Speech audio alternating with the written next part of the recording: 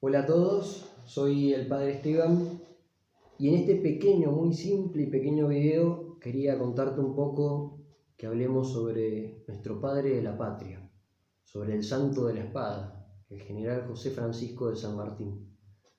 Es mucho lo que conocemos de él probablemente por el colegio, por el RUCA, por FASTA, por la misma historia, sobre su genialidad militar, sobre sus empresas, sobre sus gestas, sobre el cruce de los Andes, sobre la batalla de San Lorenzo, sobre un montón de cosas, como sobresaliendo ese personaje como estadista, como gobernador. Pero ¿cuánto conocemos de él? ¿Cuánto hemos oído hablar de él? De un San Martín cristiano, de un San Martín católico. ¿Cuánto sabemos de la fe de San Martín? Hoy lamentablemente se trata de ensuciar esa imagen, de llenarla de barro para hacerla una persona más común, más allegada a absolutamente todos, ¿no? Sin embargo, nuestro Padre de la Patria era un hombre profundamente católico. Y lo primero que podemos ver es que San Martín era un digno hijo de su época, ¿no?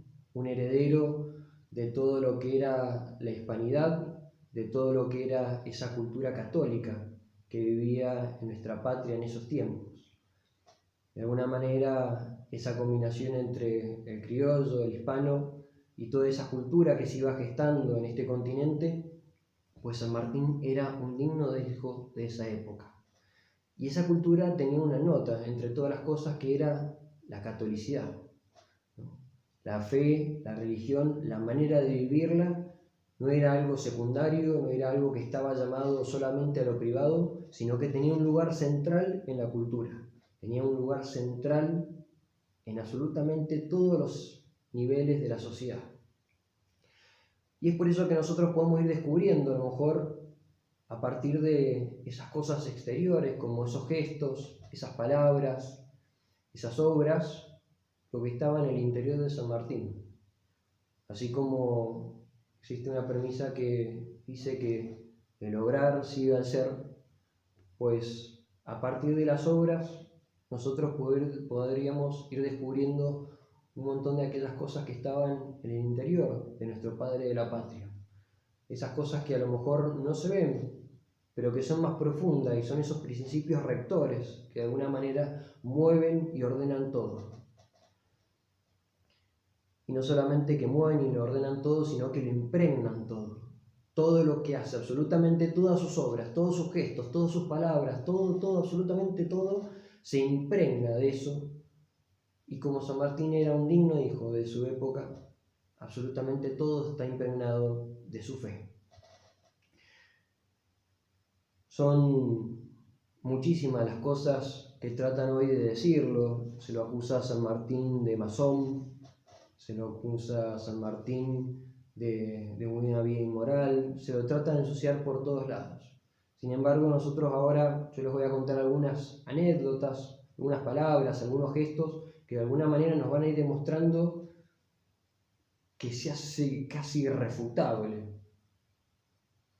que se hace incuestionable el tema de la fe de San Martín. También es necesario desmitificarlo un poco, ¿no?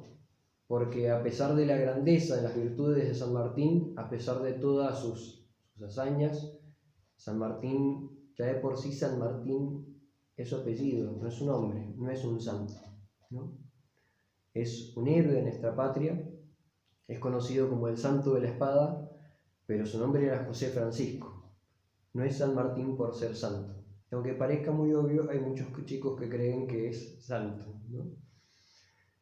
San Martín nació allá por 1700, a fines de 1700, en una familia cristiana. Sus padres, de una condición humilde, ya eran terciarios dominicos, y al principio de su vida va a estar marcado en parte por la fe de sus padres, por todo lo que le van a ir dando de chiquito, y también por todas las virtudes, todos los valores que se les va a ir transmitiendo a San Martín ya desde su niñez.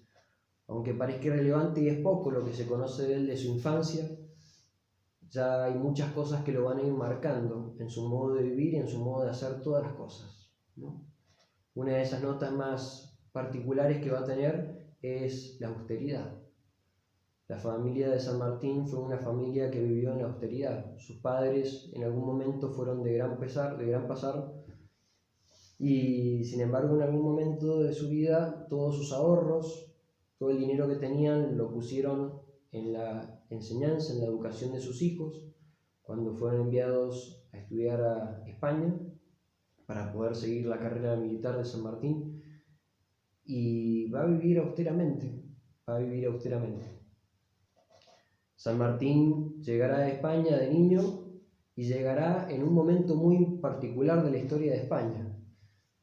España en esos momentos, en esas épocas, estamos hablando de fines de 1700, poquitos años atrás había ocurrido la Revolución Francesa, lo cual había sido una explosión gigante, una revolución muy fuerte que iba a marcar con una impronta muy hostil a toda Europa. Y uno de esos países que iban a ser perseguidos por esta peste de la Revolución Francesa iba a ser España. San Martín comenzará de joven, a los 14 años, su carrera militar, y con el pasar de los tiempos, ya de muy joven, ya de los 16 años, ya participará en batallas e irá subiendo en escalafón militar, irá creciendo, y en esas batallas que va a tener, que van a ser en España, en el norte de África, en distintos lugares, le van a ir dando una experiencia muy importante, y sin embargo también va a tener la oportunidad de poder vivir y poder respirar como lo más profundo de lo que era el espíritu español, ¿no? Cuando una cultura es atacada, cuando una cultura es acorralada de alguna manera, se hace consciente esa cultura de la riqueza que tiene. Y es por eso que cuando a veces no nos atacan la casa, no nos dicen, nosotros no somos conscientes, no estamos a punto de perderlo, no somos conscientes de lo que teníamos, ¿no? En la España de esa época, el hecho de ser invadida por las tropas napoleónicas y por todo lo que eso significaba, ¿no? Con respecto a la cultura, con respecto a la fe, con respecto a todos los cambios que podían significar, fue muy fuerte y va a quedar muy marcado en la vida de San Martín. San Martín en su infancia también, en esto que va a ir siguiendo su carrera militar, va a participar en gran cantidad de batallas, en la mayoría resultará triunfante, y hay numerosas anécdotas. Hay una anécdota muy conocida donde en una batalla donde él resulta herido, una hermana de la Caridad se le acerca y para curarlo, para acompañarlo, y lo acompaña durante toda su curación, y para eso le va a regalar un rosario de madera, hecho con madera del Huerto de los Olivos. Ese rosario, San Martín, son numerosos los testigos que redactan, que lo ven y que lo lleva San Martín durante muchísimos años. Dicen que muchas veces les sorprendía a la gente que lo veían a San Martín con el rosario puesto. En esa época no era a veces muy normal llevar el rosario puesto. Hoy nos resulta muy normal y lo llevamos colgado en el cuello como si fuera una cadenita. Y algunos irónicamente se burlaban de San Martín diciendo que llevaba su rosario escapulario, ¿no? Sin embargo, ese rosario hasta el día de hoy está en unos museos acá de Argentina, en el Museo de Granaderos a Caballo, y se lo puede ver, ¿no?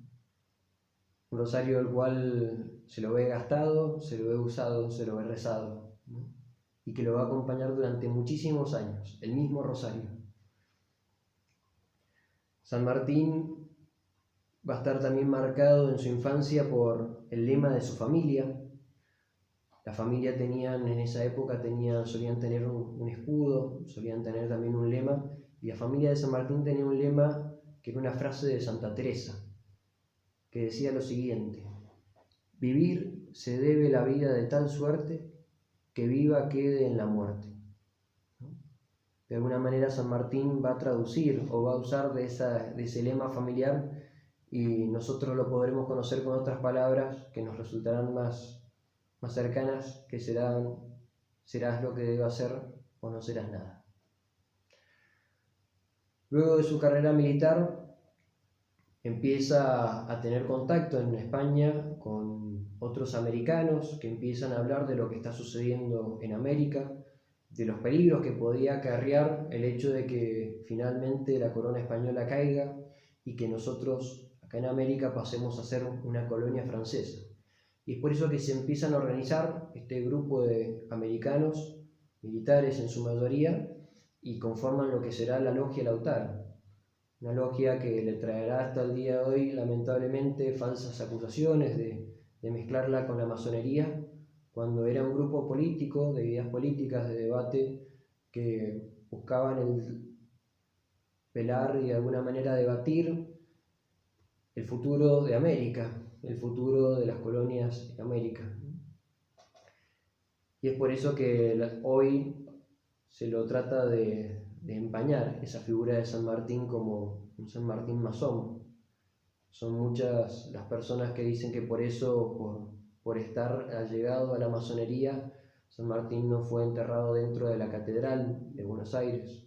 Cuando uno va a la catedral para poder ver el mausoleo de San Martín, tiene que ingresar a la catedral. San Martín está dentro de la iglesia, ¿no?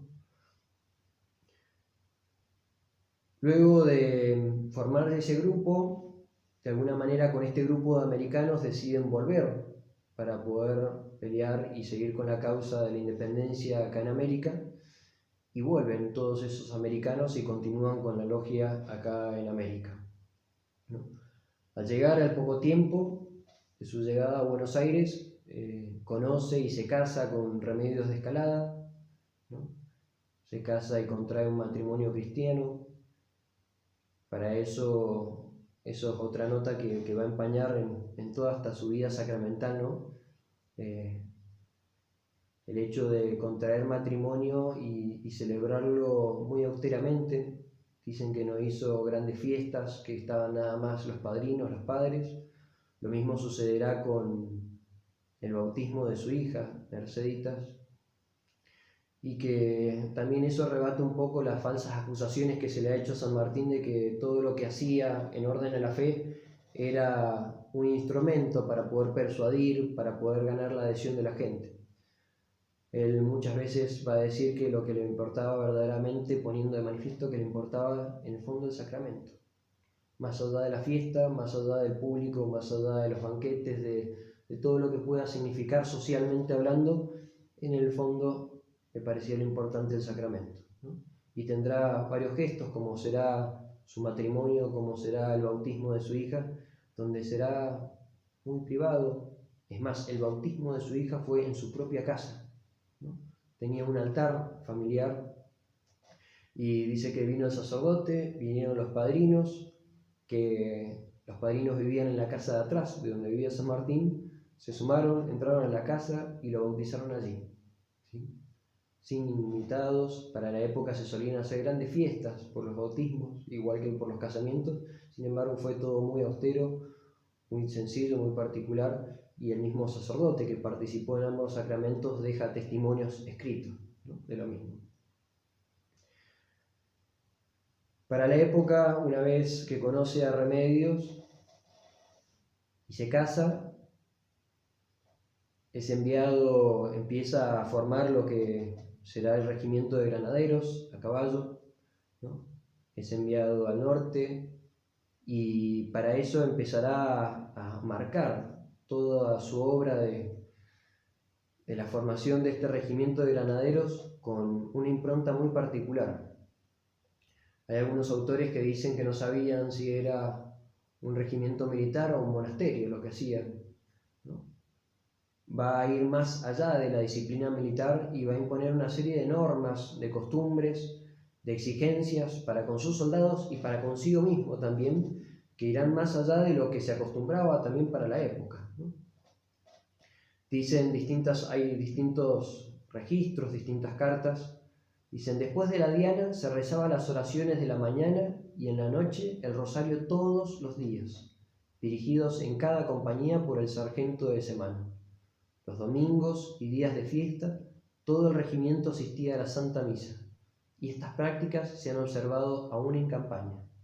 No solamente procuraba que eso se mantuviese durante la formación del regimiento, durante la conformación, durante el entrenamiento, sino que aún estando en campaña, en plena época de guerra, con todo lo que eso puede significar, con todo lo que las contrariedades que pueden haber, los inconvenientes que pueden surgir, todos esos cuidados se mantenían siempre. ¿Sí? Eran parte indispensable, eran parte de la mística, eran parte de todo lo que conformaba y fortalecía también la misma campaña. Y repito, esto no era común para la época, no era obligatorio en muchos lugares, sino que era algo que proponía San Martín. Solamente San Martín lo propuso.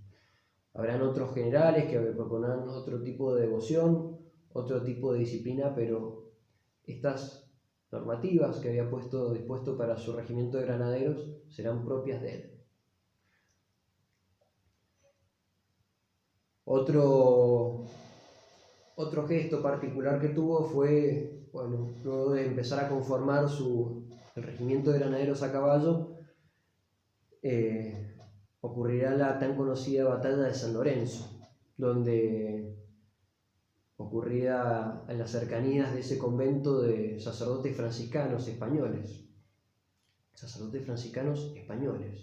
Una nota que no es menor y que tranquilamente uno podría decir, bueno, estos españoles que se manifestaban en contra a lo mejor de lo que estaba ocurriendo acá, dejarán numerosas actas, numerosos escritos, mostrándoles la verdadera y la genuina fe, la genuina virtud de nuestro Padre de la Patria. Cuando luego de haber ocurrido esta batalla de San Lorenzo,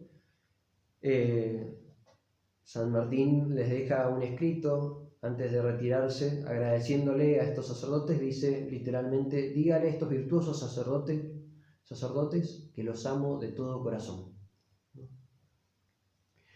Y en el parte de victoria de la batalla de San Lorenzo no menciona su admirable estrategia, sino que elogia a sus subordinados y en especial al capellán, Julián Navarro, que asiste a los heridos en el campo de batalla. En el libro correspondiente figuran además las misas que encargó oficiar por los soldados muertos en combate. Esto solamente está guardado en los registros internos del convento. Esto no lo puso en ningún otro lugar y no lo hizo en el afán de que sea conocido y que con esto tenga fama, sino que quedó registrado y que está registrado hasta el día de hoy en los documentos propios del convento de San Lorenzo, ¿no? Fíjense la sutileza de esos gestos, de esos detalles que hablan también de su grandeza. Más adelante ocurrirá este hecho conocido del encuentro con Belgrano, ¿no? Con esa alma pura, con ese hermano, con ese hijo de la patria. Y Belgrano tenía la confianza con San Martín de poder serle verdaderamente sincero. Una de las últimas cartas que les manda luego de negarle la comandancia del ejército, Belgrano le pone por escrito a San Martín: no olvide los escapularios para la tropa. Acuérdese que usted es un general cristiano, apostólico y romano. La guerra no solo debe hacerse con las armas, sino con la opinión, afianzándose ésta en las virtudes morales y cristianas. Acuérdese siempre que usted es un general cristiano y cuide que ni en las conversaciones más triviales se falte el respeto a nuestra santa religión.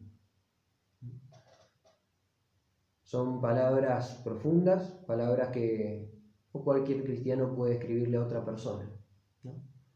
Hoy, si alguien escribiese algo así, podría sentir cierto pudor, que la otra persona pudiese tomarlo con risa, con gracia, y no con la seriedad que podía venir y con la confianza que podía tener Belgrano de escribirle a un alma gemela, ¿no?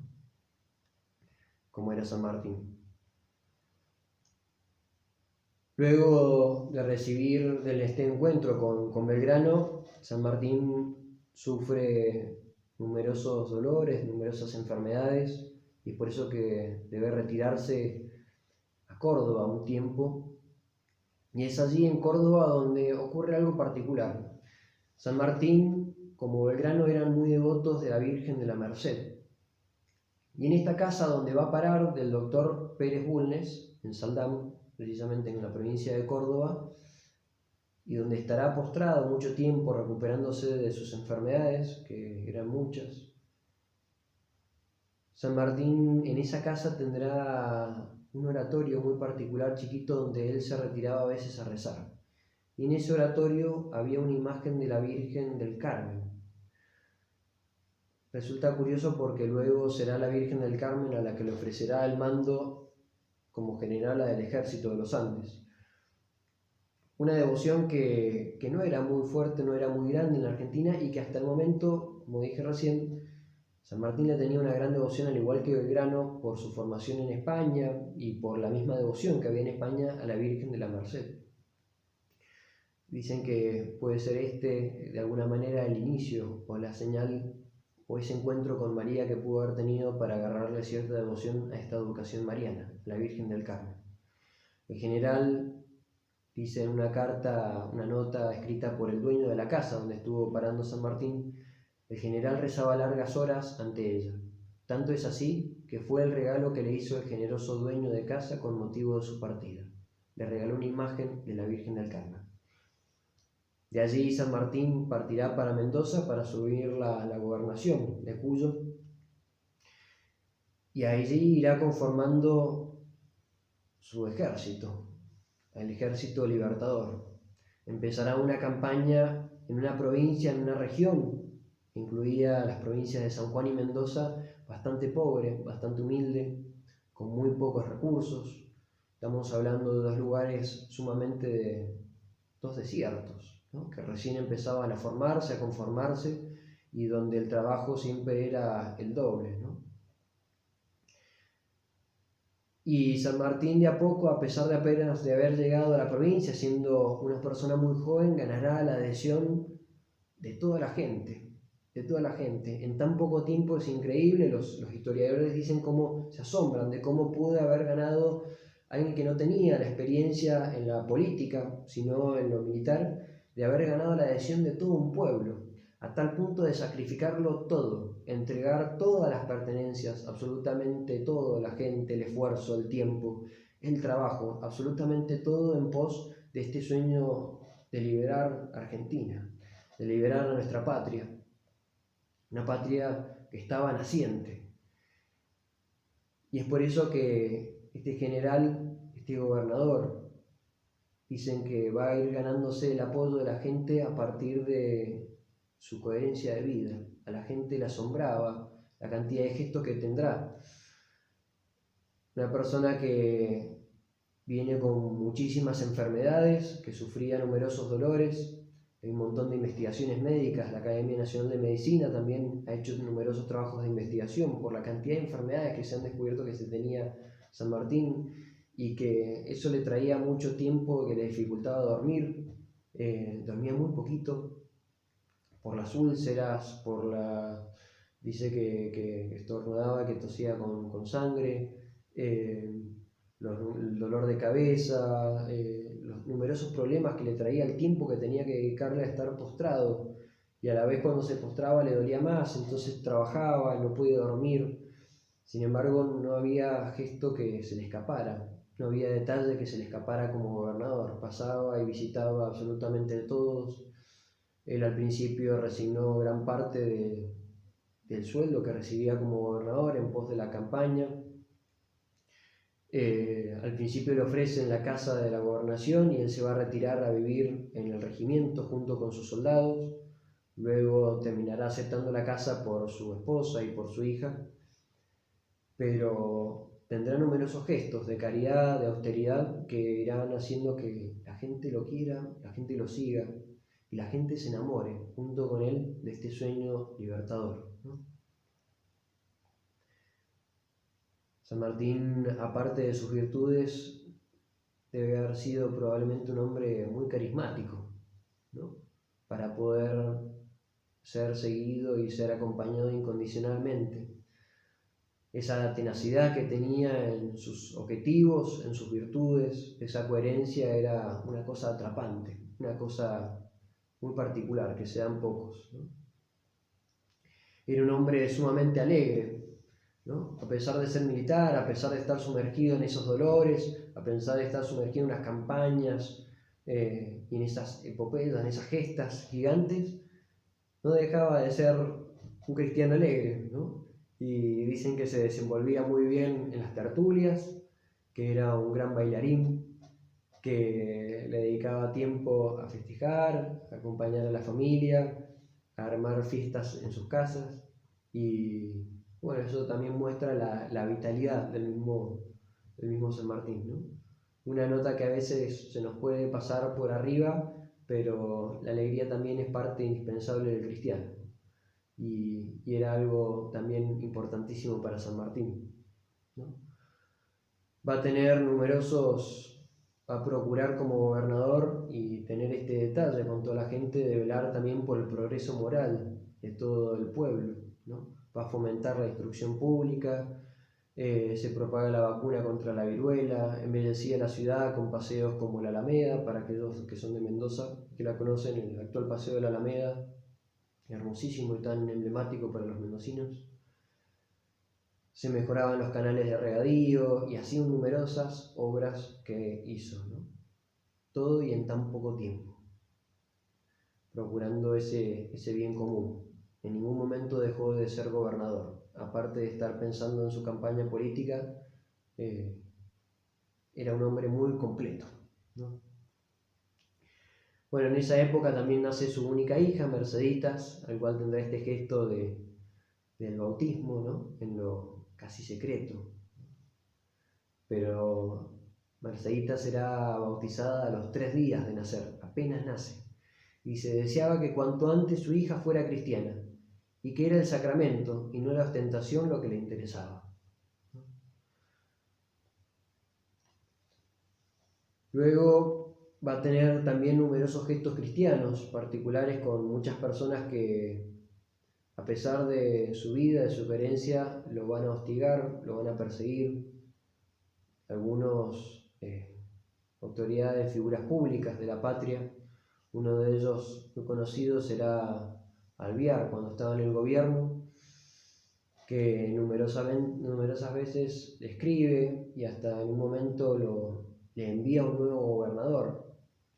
Y en ese momento, cuando cae este nuevo gobernador enviado por Buenos Aires, enviado por Alvear, este gobernador Pedriel, dice que se va a armar en el pueblo una pueblada gigante, va a salir la gente automáticamente sin ser convocada por San Martín, va a salir sus soldados sin armas, saldrán todas las órdenes religiosas presentes y hay datos que escriben, esto está relatado por actas de las congregaciones religiosas de la provincia, ¿no?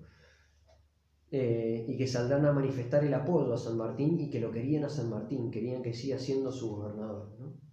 El prior de los dominicos, Matías Castillo, de los franciscanos, Mariano Soldas, de los agustinos, los mercedarios. También estaba la plaza de la tropa sin armas y su permanencia en el cargo se resolvió por aclamación de todos los presentes, ¿no? Fíjense el cariño de toda la gente, ¿no? Y sin embargo, a pesar de que haya sido perseguido constantemente por sus compatriotas, tendrá esos gestos de grandeza, de delicadeza, y uno, por ejemplo, conocido será con el mismo Alvear, que luego Alvear, en 1816, al ser exiliado en Brasil, le escribirá y le pedirá ayuda a San Martín, para que San Martín haga algo para que puedan enviarle algunos recursos para vivir. Y San Martín va a aceptar a mediar y se va a encargar de la manutención de Alvear, ¿no? Fíjense la grandeza, fíjense la pureza, ¿no? de sus virtudes. San Martín será un buen cristiano también a la hora de perdonar. Y son numerosas las personas que a lo largo de su vida, sobre todo en este poco tiempo que va a estar en Argentina, que lo van a traicionar, lo van a perseguir, hasta el punto de que San Martín, luego de su campaña libertadora en el Perú, ya casi no podrá volver a su propia tierra y tendrá que irse a Europa. Sin embargo, San Martín nunca nunca va a quedar resentido y va a tener esos gestos de grandeza de perdonar constantemente a aquellos que lo traicionaron, ¿no? De devolver bien por mal.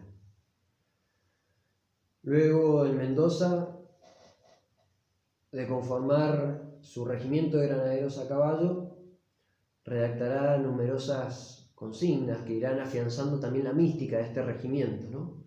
Aparte de las ya mencionadas, tendrá el gesto tan conocido de nombrar como generala del ejército a la Virgen del Carmen, ¿no? Lo que significa nombrar como generala.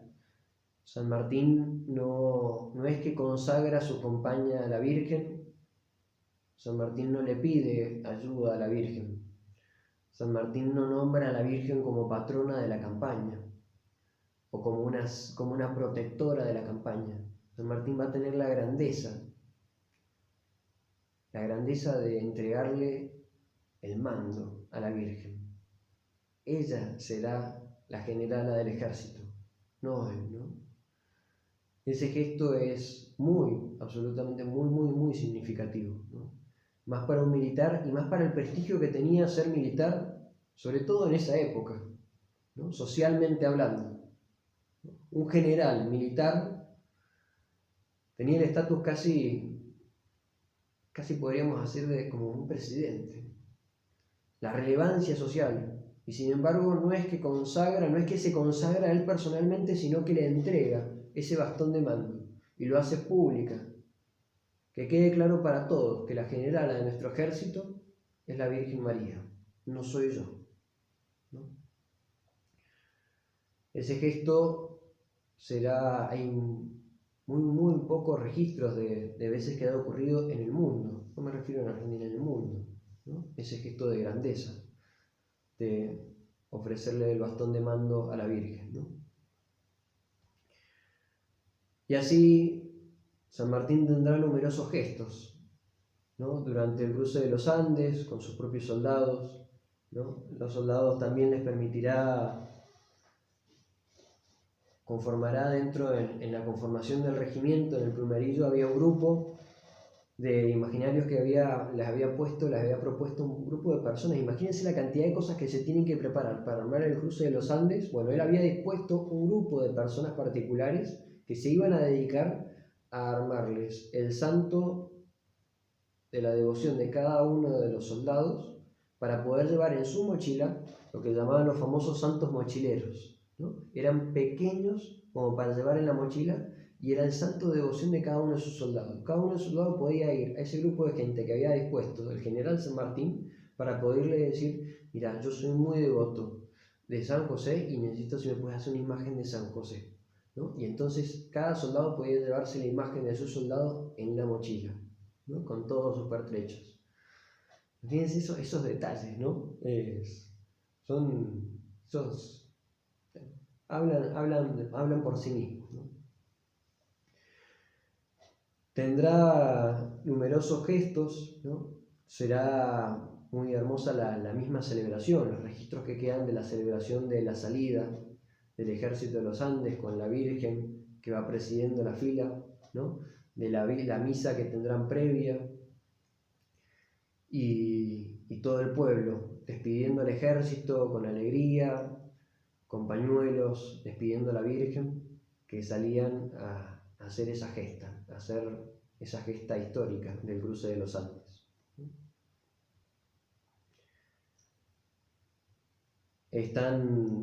Todo esto está todo documentado, absolutamente todo, se puede conocer cómo fueron las celebraciones, los gestos, la cantidad de normas que dispuso para su ejército, y así tendrá numerosos gestos, no solamente en Argentina, sino también en Chile.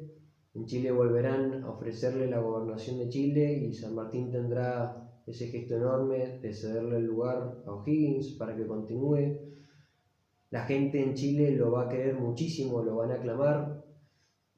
Él desde Chile va a poder gestionar a partir, esto es interesantísimo porque dicen que es increíble cómo de alguna manera él desde Chile tenía más relevancia su figura y podía llegar a gobernar a la distancia al mismo virreinato del Perú, ¿no?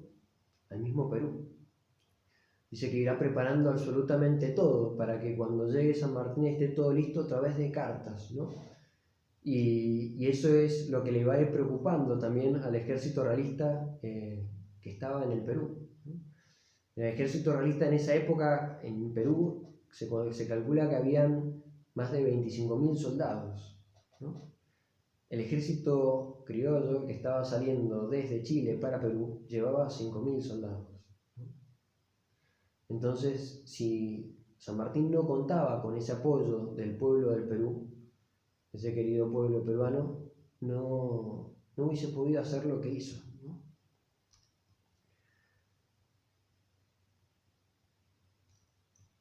San Martín llegará a Perú y tendrá correspondencia. Bueno, ahí están registrados también las cartas que se escribe con el clero del Perú. En todas estas negociaciones, San Martín va a tratar de llegar y conseguir una paz negociada con los realistas instalados en el Perú. Sin embargo, bueno, algunas veces tendrán que encontrarse en la batalla, pero él agotará todas las instancias posibles para no llegar a la guerra, para no llegar a la violencia. Y eso está acreditado, escrito en cartas que va emitiendo él desde las galeras que estaban en las costas del Perú con el pueblo peruano. Hay una carta muy conocida que le escribe al arzobispo de Lima, donde le escribe el libertador, el mismo arzobispo le escribe al libertador: he sentido no poder dar a usted un abrazo antes de mi partida. El obispo parte en medio del conflicto y dice: y ratificarle mi buena voluntad. Este obispo era español, otro detalle que ¿no? es importante tener en cuenta. He sentido no poder dar a usted un abrazo antes de mi partida y ratificarle mi buena voluntad, en señal de nuestra recíproca amistad. Le pido me acepte de mi parte una carroza y un coche que se entregarán a usted, juntamente con un dosel de terciopelo y 2 sillas que pueden servir, además de una imagen de la Virgen de Belén, que ha sido de mi devoción. Créame que lo encomiendo diariamente a Dios. Jamás olvidaré las demostraciones de afecto y consideración y seré en todas partes y ocasiones su más apasionado amigo y capellán. Firma el arzobispo de Lima, Perú. Su relación con el clero, su relación con la iglesia, ¿no? El detalle que irá teniendo con todo este pueblo peruano y a lo largo de su vida, y lo cual vuelve a enmarrar esta falsa acusación de que San Martín hacía todo, lo hizo todo en su momento estando en Argentina para ganar la adhesión de la gente, ¿no? Él era un hombre coherente donde estaba, ¿no?